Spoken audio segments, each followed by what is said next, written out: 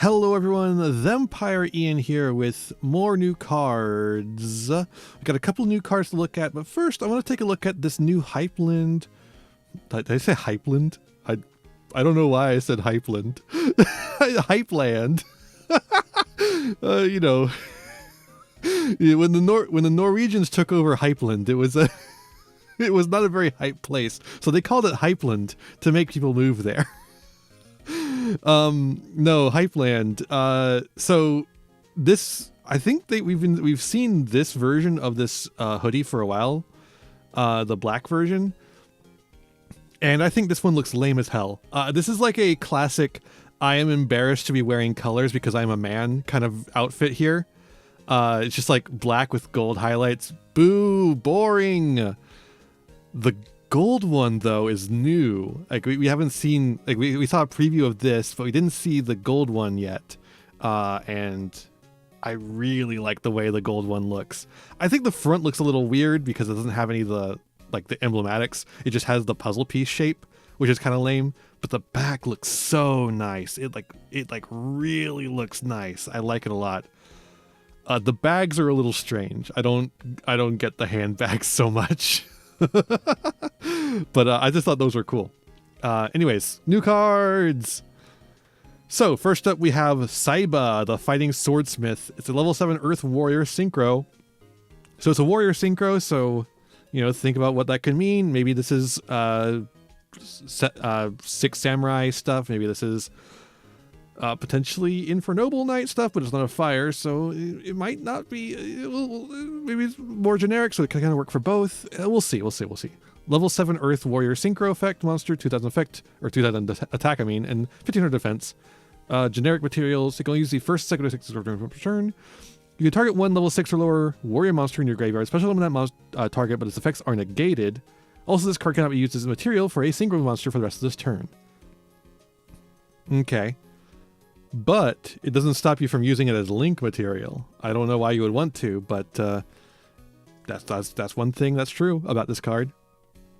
During your opponent's main phase, you can quick effect, immediately after this card effect resolves, synchro summon using monsters on your field of material, including warrior monsters. Okay, so it wants you to quick synchro on the opponent's turn. I don't know if there's anything worth doing with this. This one seems like it could be good though. Like at some point, this card will see some amount of play. I don't know when, I don't know why, and I don't know what for. This card is actually quite good. Just the fact that it is a card that you can make and then get a free guy from the graveyard, and then you can quick synchro on the opponent's turn. I think that's going to have a use at some point someday. I don't know when, and I don't know why. But that's good. That's like a good effect. It's a level 7. I would like it to be a little lower level for that kind of effect, but surely at some point there will be a deck that wants this kind of thing going on. I can't think of one off the top of my head, but surely there is one that exists, and I'm sure, or there might not be one that exists, but there can be one that'll exist in the future. So eventually, this card will have a place. So I like this, yeah. You know, in fact, I kind of. Okay, a little bit of a flashbang. I was trying to do it quickly. So let's see here. Let's go. So attribute doesn't matter here. What we want is probably going to be a warrior we want. I don't want that part there. Okay, and we need it to be a synchro. And it needs to be well, okay, so the thing is, I can't set it the way I want it. I want to set it. Like, I can set it to 7, but I can't set it to 7 through 9 or whatever, 7 through 12. But it has to be like over 7. But I think we'll just set it to 0 and look through here. Just looking for anything that's bigger except for Flower Guardian cards. Of course there's Barone, but Barone doesn't really have a quick synchro. Like, you don't need a quick synchro that thing. Satellite Warrior, I guess, but I don't. I don't think you need to be doing that.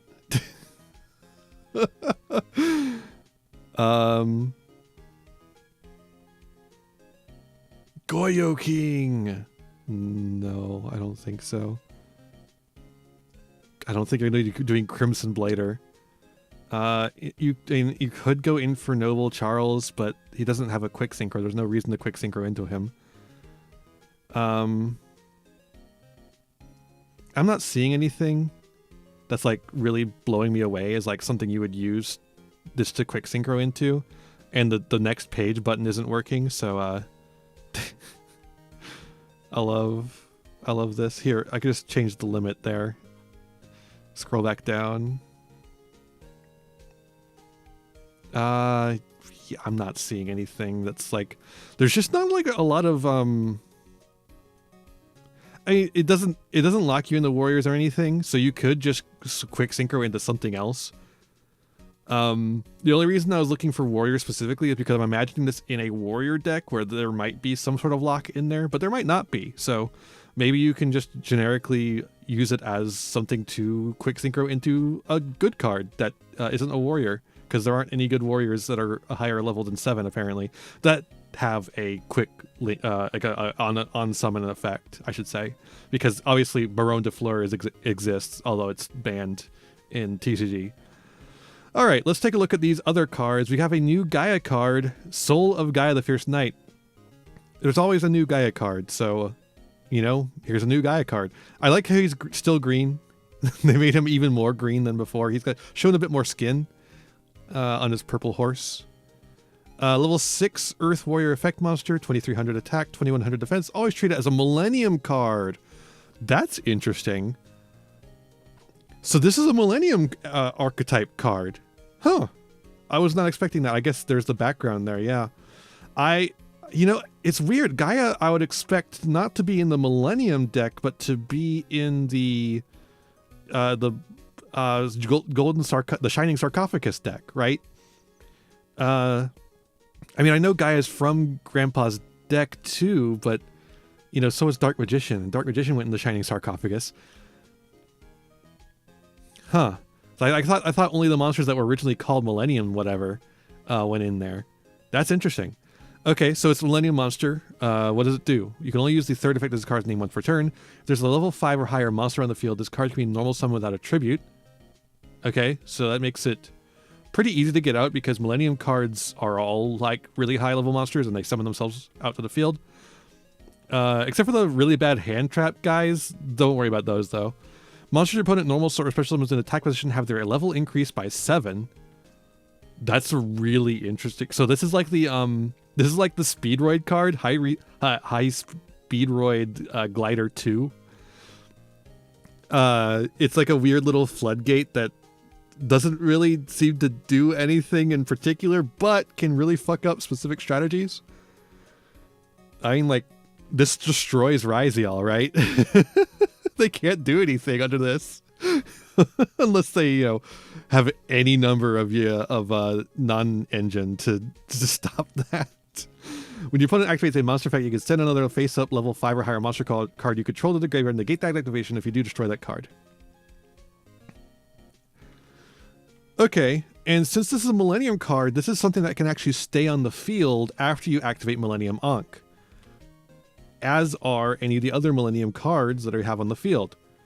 So this actually lets you, so one thing that happens quite frequently in Exodia or in Millennium decks is that you have like 3 summons oftentimes, and you only need 2 of them to make the rabbit, the Silhouette Rabbit, to get Azarun onto the field, or Trick, either one. And this is like this is a monster effect negation, if you can get into this. The one problem is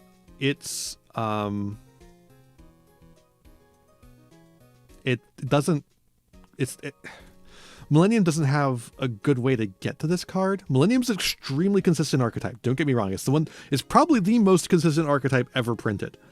But it doesn't really do searching Exactly. Like, there's only one search in the deck for monsters, and it's Sengenjin.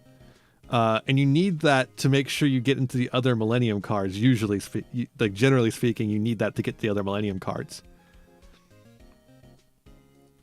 Which is why, like, the Blue Eyes Heart of Soul Dragon, or whatever the hell it is, is like not always online, or like sometimes you have to choose between going that way or going for the Millennium Shield to get to the Silhouette Hat Rabbit and then still getting the Ankh. Because you only get the one monster search. The field spell puts them directly onto the field, and this guy can't summon itself from the field, from the back row. So that is actually a little bit difficult for this deck, or for this card to be played in the deck, weirdly enough. It's more of an end board piece, though, and that's what Exodia Millennium really needs, is more end board. So maybe this is worth it? I mean, hell, like, if you go Sengenjin, grab this guy, then you can't get to the Ankh. I was like, you could get Sengenjin on the field and then have Sengenjin to tribute, and you just don't get the Silhouette Hat Rabbit, and maybe that's fine. But you also don't get the Ankh. Okay, so, but Millennium's such a consistent deck. I guess if you go back down, so instead of you playing the 60 card version that I played, where you get to like dilute all the bricks in the deck and play more non-engine, instead of doing that, you go down to the like 44 card build that people play ordinarily, and you throw like a couple, like 3 of this guy in or something, maybe just 1 even, I don't know, and you just hope to draw 2 cards of engine instead of 1. I don't know if that sounds good, though. It really doesn't sound good, but also it is like, if you do end up, probably just 1 copy. If you do end up having an extra monster search, this is a really good card for that, especially because you don't need your normal summon in Millennium, so this is something that actually uses up your normal summon. Yeah, I mean, it does seem quite good. It's just like you have to rebuild the deck a little bit. I think you're gonna have to go down on some of the cards that have been played in the deck in the past, but maybe not a whole lot, because just to make it so you get more of a critical mass of engine pieces in every hand. Like I said, going from my 60 card version to the 44 card version, and just like throwing in an extra this guy that you can search off of Sengenjin if you have access to Millennium Ankh somehow. Yeah, I mean, I like this. I think this is quite good. This actually might make Millennium quite strong, honestly. Like, this by itself, just like, I've thought that Millennium really just needed 1 more piece of engine, and this might be it. Until they ban Secret Villages of Spellcasters, I think. Once they ban Secret Villages of Spellcasters, I feel like that's not going to be the case anymore. I think 2 pieces of interaction aren't really enough. Well, I guess 3 if you can get the Silhouette Hat Rabbit as well. But that's asking a lot to get all 3 pieces on board. That might be something that's not going to happen as frequently as you would like. But still, I think this is a good card for the deck, I think, and I'll be interested to see what people do with it. Was not expecting Gaia to be a Millennium piece. If anything, I was thinking Shining Sarcophagus. All right, we also have a Shark card, Vice Shark, level 4 Water Fish Effect monster. We just got all those Shark cards recently, and they haven't done a damn thing since. Really unfortunate. So maybe this will fix it. Probably not. I think they need more end board pieces than they do just another extender. 1800 attack, 1100 defense, level 4. You can only use the first effect of this card name once per turn. If this card is normal special summon, you can tribute 1 fish monster you control, special summon a shark fish monster from your deck, but for the rest of this turn, you cannot special monsters except for water monsters. Okay. Shark Drake Ixies monster that has this card as material gains the following effect. Once per turn, when the effect of a spell trap is activated, you can attach 2 materials from this card and negate that activation if you do destroy that card. I don't know, man. That doesn't seem very good. Like, it doesn't have any way to get itself onto the field. You can obviously get on the field with any number of shark extenders, and then it turns whatever you use to summon it into another shark extender, because it doesn't negate the effect of it, whatever you summon as well. it locks you in the water monsters, which I think is fine. I don't think there's anything you really care about as far as that goes. Let's reset filters. Let's search shark. Oh yeah, eagle shark. You're definitely gonna grab that. No, corroding shark. I think that's the one you gotta go for. Wait, corroding shark's a Materiactor support card.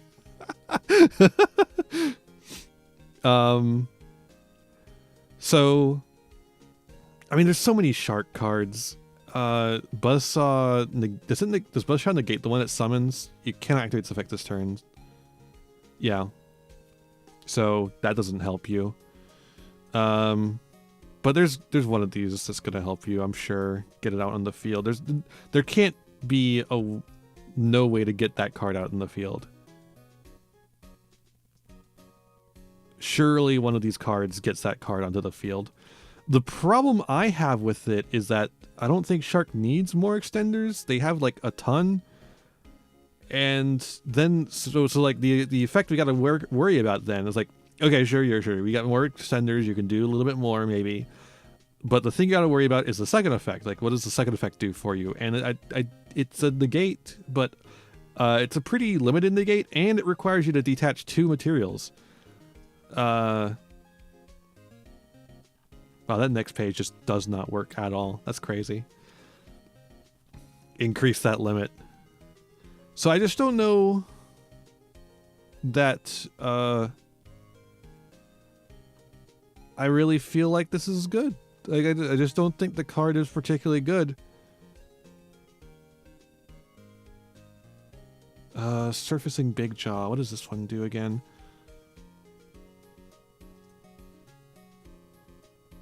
Just adds. I was like, one of these, surely one of these summons, right? Besides Buzzsaw that negates the effects, right? Doesn't one of them? Am I crazy? Well, there was also the there is also that one what was it, Aquajet card, that Aquajet retrain that does do a special summon, I'm pretty sure. I don't know. I'm not a shark expert. I really haven't looked at them since the new cards came out last time, and I've completely forgotten about them, frankly, because they just didn't do anything, unfortunately. I remember thinking the new big guy was really cool. C32 Shark Dragon Levice. Was that the one, or was it? Was there another one after that? I think that might have been the one, yeah. See, I also don't remember its name. I remember the name that Yu-Gi-Oh gave it, or I would recognize that, but I don't recognize this. But I think this is it. And I just don't like it detaches a material to target effect monster your opponent controls, negate its effects, and make its attack and defense 0. That's pretty good. So why would I want to waste like 2 material on a spell trap negation instead? I mean, I guess it gives it more flexibility, but I don't know. It doesn't seem particularly good. But you know, I was expecting none of these cards to be good. So the fact that the Gaia card and the Saiba card seem pretty decent. This one seems all right. Like, I think there's a place for it. This Gaia card seems really good. I just I just wonder, like, how are you going to use it? But if you can find a way to use it, I think this might be the extra extension on the end board that Exodia needs to be, like, really strong. I don't know. I could be wrong on that, though. I could be very wrong on that. And it's still probably not going to be as strong as Ryziel. It's just like, so the thing is, Exodia, the Millennium deck is extremely consistent. Yes. But it does exactly one thing. And I guess this will let you do more than exactly one thing. But the thing is, like, if you interrupt that one thing, then that's the whole ball game. It's not like they have like other things going on. You can do some funny stuff with Fiendsmith and like do like a Agnum Day thing, but beyond that, like I don't know. Seems a little rough. I gotta say, to be a That the fact the way the Millennium Ankh works just is so limiting. And like I get that you want to put a restriction on such a powerful card, but if you're gonna do that, couldn't you make the card a little stronger? Like it just doesn't feel strong enough for the crazy restriction it has. But maybe this will help. Maybe Gaia, the soul of Gaia, the Fierce Knight, will help. Who knows? That's it for me. That's basically all I can say about these cards. I think Saiba and Gaia are interesting. I think the Shark is not what Shark needs, but I'm not a Shark expert. I could be wrong on that. So don't sue me. Don't get mad at me in the comments about the Shark card. I don't know. That's me in the corner losing my Millennium. And I'll see you in the next one. Bye. Hey there. Thanks for watching. Hope you enjoyed this video. Got a lot more for you if you want them. Just hit that subscribe button and ring the bell to get notifications. I'd also appreciate if you left me a like and a comment, maybe share the video around with your friends. You can also follow me on all the usual social media sites. Just check out my website in the description below for more info. My videos are funded by my patrons and YouTube members, whose names you'll see scrolling by in these credits here. For just $1 a month, you too could find yourself here, trapped in my end screen for all eternity. In particular, I'd like to thank Haru Hayes, Fleakill, Frog Prince Michael, Jeremy Coatney, the Almighty Ferret Lord, and Fire Mizuni. A big thanks to all my other patrons and unto my little community as a whole. Remember to be kind to yourselves, be kind to others, and have a wonderful whatever time it is for you. Bye-bye!